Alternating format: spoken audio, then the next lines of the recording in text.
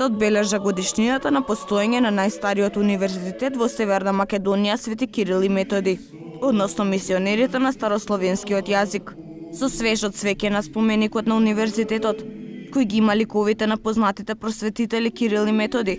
Секоја делегација и представник на факултетите ги поздрави нивните дела. Присутни на настанот беа и голем број академци и политичари.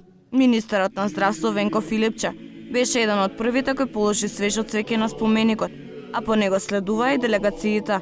На прославата на 70 години од универзитетот, покрај деканите и професорите, беа и од МПЦ.